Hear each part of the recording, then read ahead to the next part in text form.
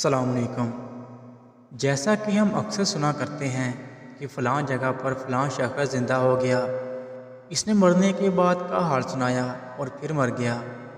اسی قسم کا عذاب قبر سے متعلق ایک واقعہ گلگت میں پیش آیا، جس کے بارے میں بتاتے ہیں کہ ایک شخص قبرستان کے پاس سے گزر رہا تھا کہ اس نے کسی قبر سے یہ آواز سنی کہ مجھے نکالو، میں زندہ ہوں۔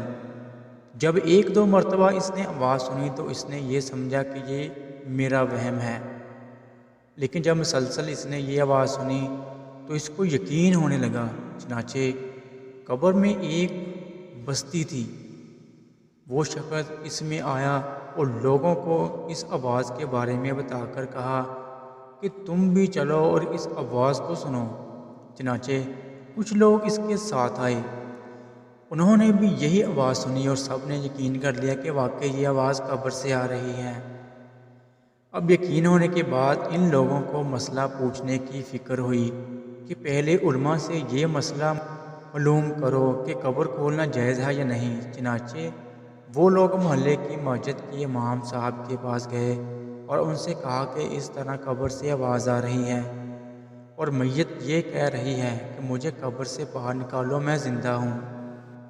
اس پر امام صاحب نے فرمایا کہ اگر تمہیں اس کے زندہ ہونے کا یقین ہو گیا ہے تو قبر کو کھول لو اور اس کو باہر نکال لو۔ چنانچہ یہ لوگ ہمت کر کے قبرستان گئے اور جا کر قبر کھولی۔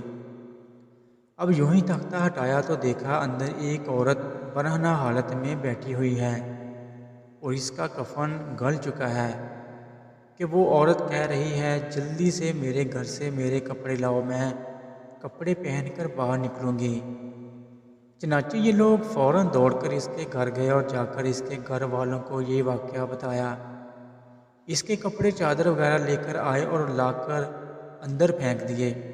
اس عورت نے ان کپڑوں کو پہنا اور چادر اپنے اوپر ڈالی، پھر تیزی سے بجلی کی طرح اپنی قبر سے نکلی اور دوڑتی ہوئی اپنے گھر کی طرف بھاگ گئی۔ گھر جا کر اس عورت نے ایک کمرے میں چھپ کر اندر سے کنڈی لگا لی۔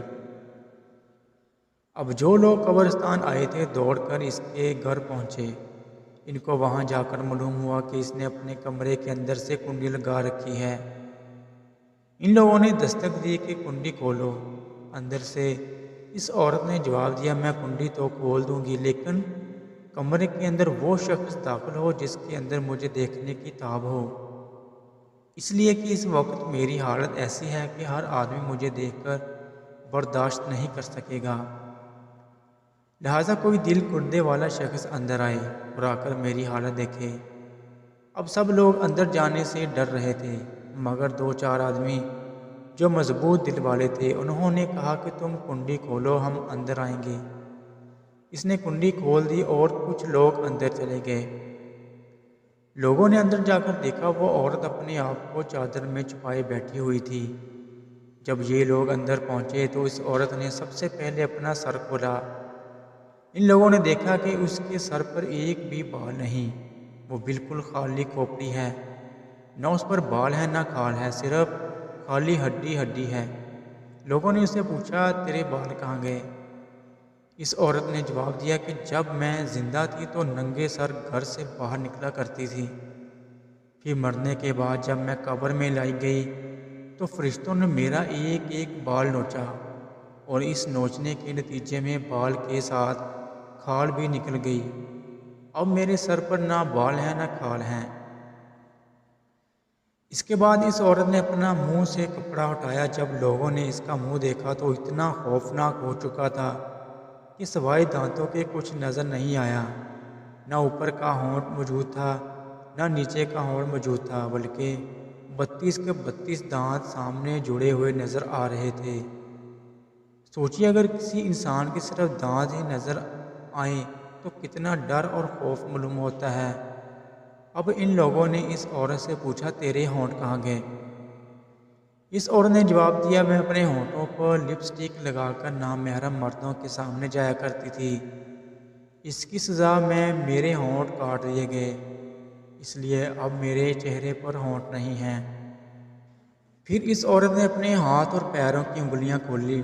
لوگوں نے دیکھا کہ اس کے ہاتھ اور پیروں کی انگلیوں میں ایک بھی ناخن نہیں تھا، تمام انگلیوں کے ناخن غائب تھے۔ اس سے پوچھا تیری انگلیوں کے ناخن کہاں گئے؟ اس عورت نے جواب دیا ناخن پالش لگانے کی وجہ سے میرا ایک ایک ناخن کھینچ لیا گیا، کیونکہ میں یہ سارے کام کر کے گھر سے باہر نکلا کرتی تھی، اس لیے جیسے ہی میں مرنے کے بعد قبر میں پہنچی تو میرے ساتھ یہ معاملہ کیا گیا اور مجھے یہ سزا ملی کہ میرے سر کے بال بھی نوچ دیے گئے، میرے ہونٹ بھی کاٹ دیے گئے اور ناخن بھی کھینچ لیے گئے۔ اتنی باتیں کرنے کے بعد وہ بے ہوش ہو گئی اور مردہ بے جان ہو گئی جیسے لاش ہوتی ہے۔ چنانچہ ان لوگوں نے دوبارہ اس کو قبرستان میں پہنچا دیا۔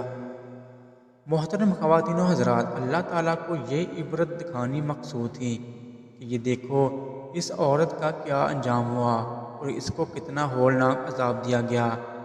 بے پردہ خواتین اس واقعے سے عبرت لے اور ان گناہوں سے توبہ کرے جس کی سزا بروز قیامت بہت سخت ہے۔